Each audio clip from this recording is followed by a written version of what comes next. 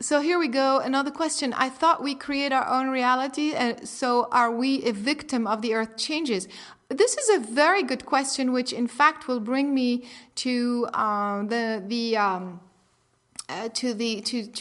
the next topic, which is about your own guidance. So what's happening is you create your reality no matter what. So in Japan right now, for example, there are many people who simply died in the events, and to me, they were not victim. They've chosen that particular time to go, and so in that particular way. And there are many people who also, for example, live in Sendai and who just happen to be on a business trip and who created another reality, and they chose to not go through any of this. So we are not victims. The earth has to do what it needs to do as a co-creation with everyone. And so those who have participated in this earth shift and have chosen to, go through it in a certain way, it is their co-creation, but it is not everyone that has chosen this outcome. So of course, you still create your reality. In the same way, this is exactly the next important question that everybody says. Okay, well, I live in Hawaii, I live in California. Should I leave now or what have you? We already know that there is threat of this sort of events happening everywhere, especially in the Pacific, but other places too. You will see even in other areas, we will see in the next few weeks. But the idea is, and the point is, you still create your reality. So either you choose to stay because you feel for yourself, your guidance system is telling you, no matter what, you are to stay here, and that is your reality. But maybe it's not the reality of somebody else. So I just want to throw in a quick note here about the guidance system, because many of you send me notes about what to do, and because of all of this turbulence, needless to say, it's very difficult to get clear guidance. It's already bad enough on a normal day. So you can imagine somebody sitting in Hawaii right now, seeing what's going on and trying to receive guidance. Okay, what should they do? Or California or somewhere else. Okay, so the idea is, again, I created a whole series. If you want to go to the website, do the guidance series, to give you more details. But in general, when you are asking guidance for anything, you have to know that the guidance that's coming is going to be filtered by your belief system and by your fears. So if you already know the answer, then you wouldn't be asking. The fact that you're asking is because you're unclear. And you're unclear because your mind is filled with belief systems, confusing contradictory thoughts and things like that. So how do you expect? You have, like, if you want to visualize that your head has a big kind of cloud around it, and you're trying to find the information that's beyond the cloud, well, it's going to be very difficult to see it clearly if the cloud is all around your head. And so the first thing that you need to do when you're asking for guidance is you need to release the cloud, meaning the fears. All of the fears that have to do with the question you're asking have to be addressed first. For example, should I leave my house now and go to another state or something like that? So before I get the answer, I'm going to feel all of the fears attached to this question. The fears are, maybe I'm making a mistake. The fear, another fear could be, what if I'm wrong? Another fear could be, I don't want to leave my house that I've been in for all my life. All of these fears have to be addressed and released.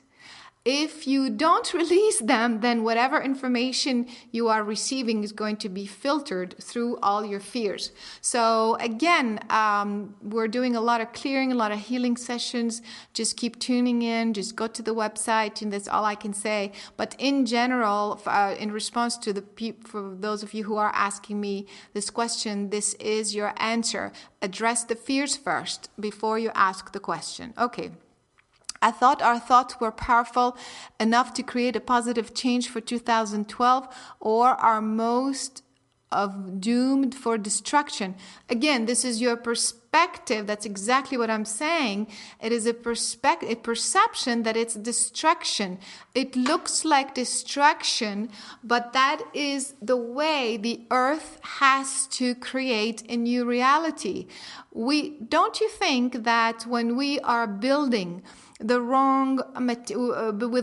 wrong material, we are implanting, we are pouring into the earth the wrong toxic material, how do you expect the earth to regain its chemical health, its healthy chemical balance, if it's filled with toxic stuff?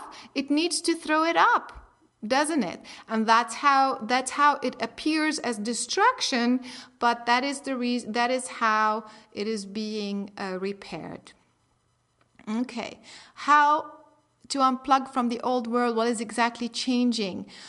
Okay, so the way to unplug again is to understand the whole construct of the world, and that's why the reality, and that's why I'm recommending that you do this class, Mastering the Human Mind. I couldn't make it much easier, more accessible, more convenient. I mean, that's the best I can do to kind of offer all of this information, which is a lot of information, in order for you to begin to understand how you are plugged in and how you need to really be plugged in. That allows you to be plugged into with a higher consciousness of your real being, with the consciousness of the Creator, the universal frequency, rather than the old system that is the old paradigm. And in fact, I think I'm doing 2 of these sessions this month, so just look on the calendar, and all of these reprogramming sessions also should be helpful. Okay, so this is another interesting question. So this feeling I have of acceptance towards these events does not mean I'm incompassionate. That's exactly what I'm saying, is that the old paradigm tells you that if somebody is watching these events, that we have to cry and we have to feel bad. Of course we feel bad. Of course, how could you not feel bad when you look at these people suffering? But how long are you going to feel bad? And how is your feeling bad after days and days helping the consciousness of the Japanese? It is not. That's my point. So if you are afraid that you're going to be judged as you are not compassionate, this is the old way of thinking, that you all have to be in a sad, lower frequency like everybody else in order to feel solidarity, so to speak. Okay, so question. Of course, the Japanese quake is horrific, but curiously the next day I started feeling a tremendous opening onto the planet, allowing new energy and a new light entering of some sort. True? Of course, that's my point. That's what I'm saying. If you allow yourself just for a minute to detach from the old paradigm, the old way of being and reacting, you will see. In fact, I write this in the book. It's kind of a strange combination of sadness or more compassion toward what the earth is going through, the people are going through, but at the same time, there is a sense of liberation, there is a sense of hope, there is a sense of there's new information coming. You may not feel it right now or see it, but some of you are. That's what I'm saying. And if you allow yourself, you will see the other perspective that I'm talking about, and you will have great comfort in it. Not will you will have more great comfort in it, but you'll be able to assist yourself and others better, and yourself, because you will be in a higher frequency and you'll be able to receive guidance for yourself. Is global warming related also to these changes? Of course, some of it is, but again, it's like a whole thing working together. Are all the toxic elements that are being released into the earth grid to damage it or just aid in the changes? It's an interesting question. Well, this is going back to who is ingesting what, who is injecting what and for what reason. So it's a very, very big topic. We're not going to touch on that here in the scope of this webcast. But this is simply to say that it is all part of the plan of reconstruction right now, and that's what we should focus on. If you want to know how things have happened, again, just go back to the books. But let's now focus on what is being rebuilt. All right, so let's take another couple of questions and then move on.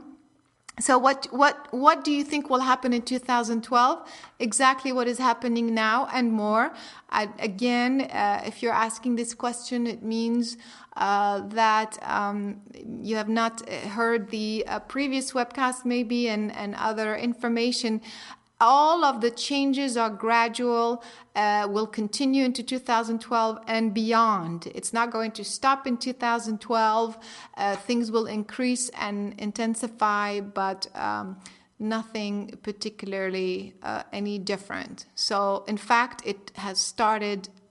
The big changes have already begun this year. So have no fear. Do as I call them out. Okay,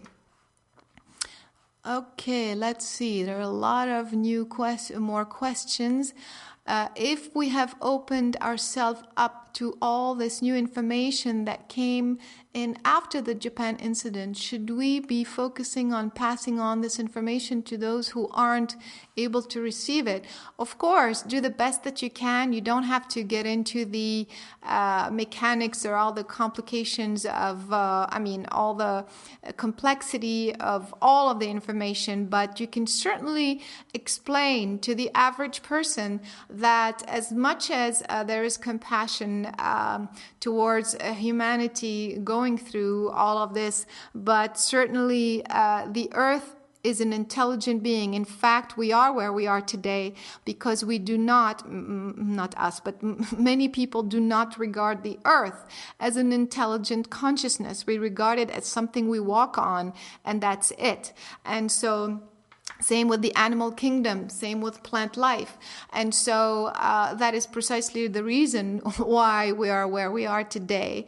And so I think people have a sense of that, understand that nature needs to recycle itself and could bring some sort of comfort at least. So please share as much as you can. Okay, last question. Let's see. With all these shifts, I really choose to be focusing on my alignment to source and not to be entangled and drawn into the 3D drama and frustration concerning relationships, old jobs. Is this also a year?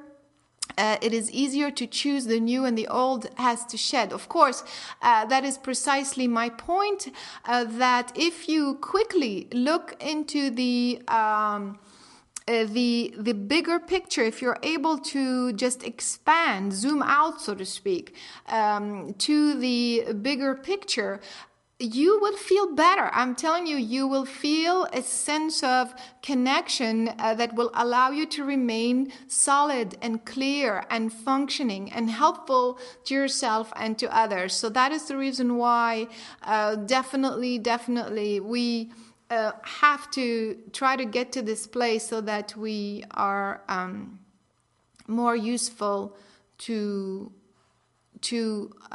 humanity and the earth. Okay, healing, order, restoring in this time. What is the proper mind setting?